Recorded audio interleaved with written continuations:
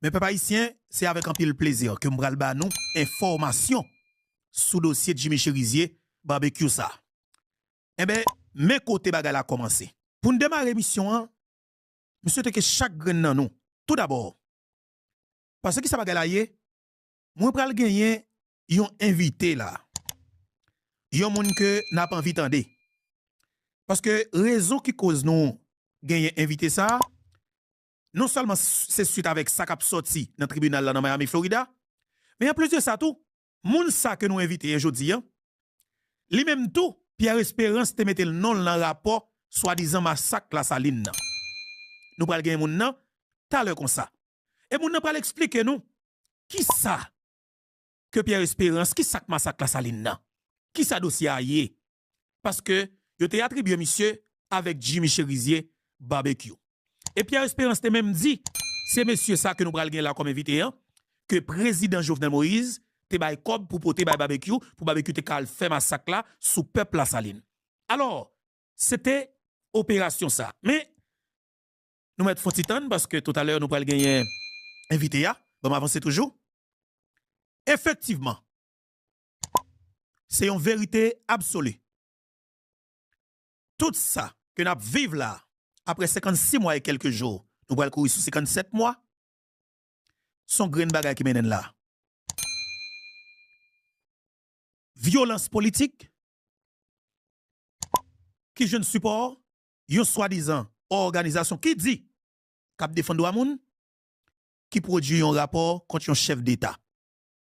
Assassinat président Jovenel Moïse, li commencé dans Ruel Rivière, en dedans office secrétaire général là que n'a regardé sur écran, chef terroriste là qui relait Espérance.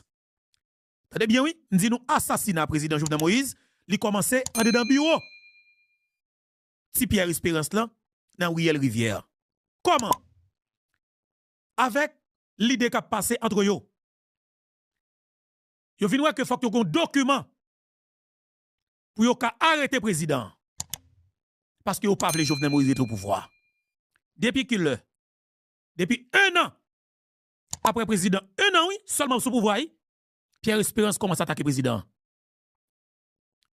Eh bien Pierre Espérance produit rapport sous président Jovenel. En décembre 2018, 18 février 2019, rapport Pierre Espérance qui était dans mes avocats, qui c'est Mario Beauvoir, pral dans le cabinet d'instruction, pral acheter un mandat dans un juge qui est les Jean Roger Noël Sirius. Mon nou pral gen comme invité dans l'émission ça, c'est Fednel mon chéri. Fednel mon chéri, en pile nous connaît monsieur. Et monsieur était directeur général ministère de l'Intérieur sous président Jovenel Moïse. Pierre Espérance fait monsieur passon on calve pas d'eau. Fedel mon chéri. Pierre Espérance fait monsieur monton on mon calve on calve pas d'eau. Pierre Espérance fait monsieur pas dormir dans caille. Monsieur compte tout douleur dans Port-au-Prince avec Pierre Espérance. Et mes frères avec somme. C'est monsieur qui nous invité dans l'émission qui nous a souhaité gagner dans 3 minutes d'accord. Jodi pour nous parler de non seulement dossier assassinat président Jovenel Moïse, mais nous allons parler avec document ça qui fait que nous fait mandat, que mandat ça arrive dans le président, côté président prend 12 balles. Et c'est important. Mais entre-temps, on nous tombe sous Jimmy Cherizier barbecue. Barbecue paraît dans dossier. Qui est-ce qui débat mission pour éliminer barbecue? C'est même nèg qui fait rapport. Rapport contre le président Jovenel Moïse là. Et c'est dans la réunion ça. Dans le groupe, dans la réunion ça yo. Que nèg yo prend décision parce que objectif monsieur c'est éliminer barbecue n'importe qui gens parce que le connaît fait barbecue, yon méchanceté. Ça veut dire que existence barbecue sont véritable menace pour lui. Et ça cause toi monsieur coller dans Léon Charles et que la prendre Léon Charles tout barbecue pour lui. Et que Léon Charles te fait, yon descend derrière sous barbecue, Léon Charles te manqué pour barbecue pour tout bon. chaque chef police qui montait, monsieur rapproche le chef police là, pour faire tout ça qui est capable pour touiller barbecue pour lui. Parce que barbecue, c'est un cœur sauté pour monsieur. Barbecue sont véritable menace pour monsieur. Barbecue sont véritable danger pour monsieur. Parce que monsieur, ouais, barbecue, qu'un bel soukel. Et maintenant, qui ça, monsieur, fin avec barbecue? C'est dans le dossier massacre la saline, ça. Et mais comment nous, barbecue, fait citer dans le tribunal fédéral, là, dans Miami, Florida? C'est Emmanuel Christian Sanon, qui chita dans plusieurs réunions avec Pierre Espérance. Emmanuel Christian Sanon, l'el fin de mission, yo dit, monsieur, seulement pour qu'on réussisse, faut lui contrôle, faut lui gérer dossier gang barbecue. Et bien, yo, tap cherchons façon pour prendre barbecue non filmol, pour contrôler monsieur, et puis pour catouiller monsieur. Pour contrôler, soi-disant, après entrer dans confiance Mavel, pour catouiller monsieur. Parce que l'objectif Pierre Espérance, c'est éliminer barbecue n'importe qui gens. Et ça que fait me dire non. C'est un dossier pour nous, gagner patience avec elle. Pour nous suivre step by step. Gon pause là maintenant. Gon pause. Il a pour reprendre séance là à partir de lundi si Dieu veut. Eh bien, route que la prend, c'est vérité. Emmanuel Christian Sanon, il n'est pas capable de venir au tribunal là. Il te dit que c'est problème de santé, mais il a venu quand même. Il a venu dire ça qu'il connaît. Pierre Espérance a cœur sauté. Ou après radio, il n'a pas invité. Parce que tout ça qui a passé dans le pays, tout ça qui a parlé, c'est lui-même toujours. Oh oui, je vais les Pierre pour Pierre venir expliquer. Il n'a pas qu'à venir parler. Parce que pas de possibilité pour le bail menton. Parce que Foucault dans le tribunal là, Infoberto dans le tribunal là, définitivement, c'est vérité à porter le peuple là à la seconde. Pas de côté pour vagabond faire diversion. Même si tu payes mounou là, mounou a pas obligé de jouer l'argent lié. Parce que il y a deux tilandings qui pas de maître, qui pas de boss, qui pas de patron, qui dit pays en vérité à Jean que lié. Parce que nous-mêmes, comme jeunes, nous décidons de prendre responsabilité nous. Face à vos équipes vagabonds, qui ont mangé tout le monde bien dans le pays, pour vagabonds continuer à détruire le pays nous. Et ça cause, jeunesse n'a pas espoir, pas avenir dans le pays. Parce que c'est des vagabonds qui kidnappent l'État pays, qui fait que l'espoir jeunesse là a disparaître. Je veux dire, nous-mêmes, comme jeunes, nous décidons de prendre dossier assassinat, président Jovenel Moïse là, comme cheval de bataille nous, pour nous battre contre assassin qui tue le président. Parce que c'est nous qui prenons pays en otage, c'est nous qui tuons le président. Depuis nous jeunes justice pour le président, vagabond pour côté pour machine va payer. C'est pour une bataille petite là. C'est pour une cause petite là, son gros responsabilité. Et si vous pas un garçon, ou pas caminer bataille là. Parce que l'objectif c'est éliminer tout le monde qui a goumé dans le pays ça. Et nous dit, il y a de vagabonds depuis qu'on pas goumé contre yo, moi garantis ou 59e président vini depuis ces peuples qui votent, depuis le décide de faire continuité dans l'état. N'a gap tout yel, y a foutu n'importe 24 balles. Et c'est Pierre Espérance encore qui a produit le premier rapport pour assassiner caractère. Parce que Pierre Espérance, son mitraille 50 pour des oligarques corrompus qui ne veulent le président travailler dans le pays, qui veulent toujours contrôler l'État. Et c'est Pierre Espérance, avec faux rapport qui fait tout le monde peur, avec mentor qu'elle a baissé sur tout juge et qu'elle contrôle tout juge sévère pour lui, tout juge corrompu. Mais définitivement, nous dit que la guerre déclarée. Et nous prenons responsabilité nous pour nous faire bataille face avec Pierre Espérance. Parce que sous katouille un président comme ça, OK, nous même faut nous prendre responsabilité nous ensemble avec. Ça veut dire que il faut côté commencer. Maintenant, il est extrêmement important pour nous commencer avec un dossier bien spécifique. Président Jovenel Moïse, disons-le, dans une émission qu'elle a fait dans le palais, qui était relative causerie avec le peuple. Il a annoncé que son boulot était, il est sur les réseaux sociaux qu'on a publié, il y a un document qui est en tête la justice haïtienne là-dedans, côté que un mandat cabinet d'instruction qui sous nul. Le demande d'information, il dit effectivement, juge qui émet mandat, il est Jean-Roger Noël Cyrus. Le président mène enquête, il jeune qui ça fait mandat. Mais il dit c'est suite avec un massacre que lui-même, il te voyé barbecue avec ou même et un l'autre monsieur, non, il soit ancien ministre intérieur là, comment nous non là, qui t'a fait massacre ça. Dis-nous, Fednel mon chéri, qui ça qui massacre la saline nan? Qui ça bagay ça y est, effectivement, qui le et dossier ça, qui ça bagay là y est exactement pour nous commencer dans commencement dossier ça qui mène avec assassinat président. Merci, Info, Beto. M'a rappelé un bagay. Et M. Pierre Espérance, l'INA planification,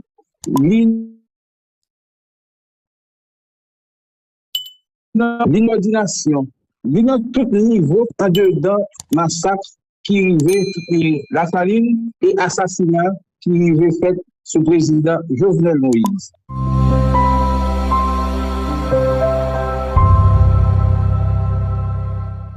Les actualités politiques, culture, sport, éducation, santé, religion, nouvelles sur Haïti et le reste du monde, nous sommes le choix idéal. C'est parti. Comment est-il possible que nous puissions être tués, ou qu'ils puissent être tués, sans qu'un seul cheveu de leur tête ne soit perdu? Comment les deux affirmations pourraient-elles être vraies? Au nom de Jésus, ces deux choses sont vraies. D'une manière ou d'une autre, au milieu de tous ces périls, nous atteindrons l'autre côté du voile et nous pourrons regarder en bas et dire « Tiens, je suis sain et sauf. » J'en ai moi-même fait l'expérience. J'ai vécu assez longtemps, et certains d'entre vous aussi. Vous connaissez Jésus depuis assez longtemps pour pouvoir dire sincèrement « Je devrais être déchiré de la tête aux pieds, et pourtant, pour une raison étrange, je suis sain et sauf. » Comment expliquer cela? Comment l'expliquer? Oui. Parce qu'il a dit « Je te ferai sortir indemne du combat. » Psaume 55, 18, et je tiens à vous le déclarer ce soir, au nom de Jésus, qu'il vous sauvera indemne de cette épreuve. Alors, que dire? Eh bien, c'est un mystère. Comment l'expliquer? C'est impossible. Soit il ment, soit c'est la vérité. De ce côté-ci du voile, tout apparaît ainsi, mais ce n'est pas la réalité véritable. C'est pourquoi je vous invite à revenir à votre schéma et à compléter quelques points. Cela fait partie du paradoxe. Les Écritures, et l'Évangile en particulier, regorgent. En perdant notre vie, nous la retrouvons. En la déposant, nous la reprenons. Et en nous abandonnant entièrement à lui, nous sortirons indemnes de l'épreuve. Je ne trouve pas les mots pour exprimer à quel point cela a touché mon âme. J'en ai fait l'expérience. Si seulement nous pouvions en avoir un aperçu, cela changerait tout. C'est comme une mort quotidienne, mais pour que nous puissions vivre pleinement ce dont Paul parle dans 2 Corinthiens 4. Et pas seulement après cette vie terrestre, mais maintenant. Où notre ancre est-elle réellement accrochée? Bien, revenez au schéma et à ce havre de paix. Qui s'y trouve? Qui est notre havre de paix? Dites-le moi. Jésus. Je veux que vous compreniez avec moi que c'est ici que nous jetons l'ancre. C'est là tout le mystère et toute la beauté de ce lieu. Vous souvenez-vous du chapitre 6 de l'Épître aux Hébreux que j'ai lu il y a un instant? Maintenant, je vous invite à retourner à votre schéma et à tracer une ligne de votre havre de paix jusqu'à ce trône. C'est là que vous êtes ancrés. Que représente ce grand cercle? Dites-moi ce que c'est. C'est le voile. Ainsi, lorsque nous jetons l'ancre dans notre havre de paix, elle ne s'enfonce pas dans le sol de cette terre. Cette ancre qui représente votre âme, vous l'ancrez sur ce trône. Il est derrière le voile. Et si nous parvenons à développer une mentalité qui nous permette de comprendre que notre espoir ne repose pas sur ce lieu, rien ne pourra nous détruire complètement, car nous y sommes ancrés. Cette vie est un souffle, mais c'est là que je vais. C'est là que je suis attaché. C'est là que je suis ancré. Alors, je veux que vous réfléchissiez à ceci. Je veux que vous pensiez à votre port. Bien sûr, il s'agit de Jésus. Je veux que vous considériez Jésus comme tel. Lorsque nous demeurons en lui, il est en quelque sorte un avant-poste pour nous. Jésus lui-même. Ainsi, lorsque nous parlons de port sûr, nous le voyons partout dans l'Ancien Testament. Refuge, forteresse, rocher, toutes ces choses. Tour imprenable. Dans le Nouveau Testament, il s'agit de choses comme ceci. Il s'agit de demeurer en lui. Il dit dans Jean, chapitre 15, que s'il y a une chose que nous voulons retenir ce soir, c'est ce que nous allons écrire sur ce schéma. Il dit que si vous demeurez en moi et que je demeure en vous, il nous dit de venir demeurer en lui. Ce sera caché dans notre port. Venez demeurer en lui. Et il dit, demeurez dans mon amour. Demeurez dans mon amour. Très bien. Je veux que vous formiez un O avec ce voile et que vous y écriviez en très gros caractères le mot amour. Car tout ce qui se trouve au-delà de ce voile est pur, divin, saint et d'une affection parfaite. Jésus dit dans Jean, chapitre 15, verset 9, « Comme le Père m'a aimé, je vous ai aussi aimé. Demeurez dans mon amour. Je veux que vous écoutiez cela à nouveau. Car voici ce que je veux vous dire, ce questionnement incessant sur l'amour de Dieu pour nous n'est pas qu'un simple problème. Ce n'est pas juste une question que nous pourrions avoir. C'est une question vraiment urgente. Je vous le dis, si nous ne parvenons pas à clarifier ce point, nous serons livrés aux turbulences de ce monde et nous serons ballottés de tous côtés. Vous êtes infiniment aimés de Dieu, et moi aussi. Malgré nos faiblesses, malgré toutes les épreuves que nous avons traversées, alors que nous étions encore pécheurs, le Christ est mort pour nous. Vous n'êtes pas plus acceptable à ses yeux parce que vous avez prié aujourd'hui. Écoutez, nous voulons prier, mais cela ne nous rend pas plus aimables aux yeux de Dieu. Il ne peut pas nous aimer davantage. Nous sommes aimés inconditionnellement. Et lorsque nous n'avons pas cette conviction, nous n'avons aucun refuge. Certes, il est là. Nous sommes cachés en lui, mais nous n'agissons pas comme si nous le savions. Car voici ce qui doit se produire. Il dit, marchez dans mon amour. Il dit, vivez dans mon amour. Demeurez dans mon amour. Vous savez ce qu'il veut dire? Que la vérité la plus profonde en vous soit. Je sais, au fond de moi, que quoi qu'il arrive, ce n'est pas parce que Dieu ne m'aime pas, bien au contraire. Oui. Dieu m'aime. Dieu m'aime. Je veux que vous le disiez à voix haute. Je le dis maintenant. Dieu m'aime. Je le répète. Alors, voilà ce que je vous dis. Nous en avons parlé. Combien de fois avez-vous entendu des sermons et des enseignements à ce sujet? Combien de fois? 1 million. 1 million. À quel moment se dit-on, je vais choisir de croire en lui? Savez-vous que tout changerait? Nous n'avons même pas besoin d'aimer notre schéma. Tout changerait. Tout changerait pour nous si nous nous disions simplement, vous savez quoi? Ce n'est plus une question de le ressentir ou non. Il l'a dit, et je vais le croire. Et savez-vous ce qui va se passer quand vous y croirez, aussi étrange que cela puisse paraître? C'est que vous commencerez souvent à le ressentir. Ou à voir quelque chose de beau. Peut-être un papillon. Et tout à coup, vous vous direz, quel cadeau! Quel cadeau! Vous savez quoi? Parce que ta demeure est. La vie est trop dure. La vie est trop dure autrement. Il a dit, vie. C'est ton havre de paix. Sache que quoi qu'il arrive, et peu importe les bouleversements, peu importe les changements de situation, tu es infiniment aimé de moi. Que signifie le fait que l'amour de Dieu nous entoure? Maintenant, je veux que vous réfléchissiez à ce que signifie être abrité en Christ. Être ainsi abrité. Que nous avons. Lorsque nous demeurons en Christ, nous n'avons pas seulement sa personne même. Il nous a promis d'être avec nous. Mais nous sommes aussi liés à lui. Nous sommes ancrés à toute la puissance du trône de Dieu. Nous avons pleinement accès à l'eau de la grâce à ce que Christ a fait pour nous. Toute la puissance, tout dessein, la paix, la perfection et le perfectionnement. Je veux vous parler de ceci, de l'autre côté du voile, tout ce qui se passe ici-bas concourra à sa perfection. Absolument tout. Et pas seulement tout, mais vous, moi et la communauté des croyants. J'ai cette conviction, dit Paul dans Philippiens 1h6, que celui qui a commencé en vous cette œuvre bonne la poursuivra jusqu'à son achèvement. Le croyons-nous? Écoutez-moi attentivement. Ce sera parfait. Ce sera parfait. Et il perfectionne sans cesse ce qui est à l'œuvre dans ce monde, pour la réalisation de sa gloire.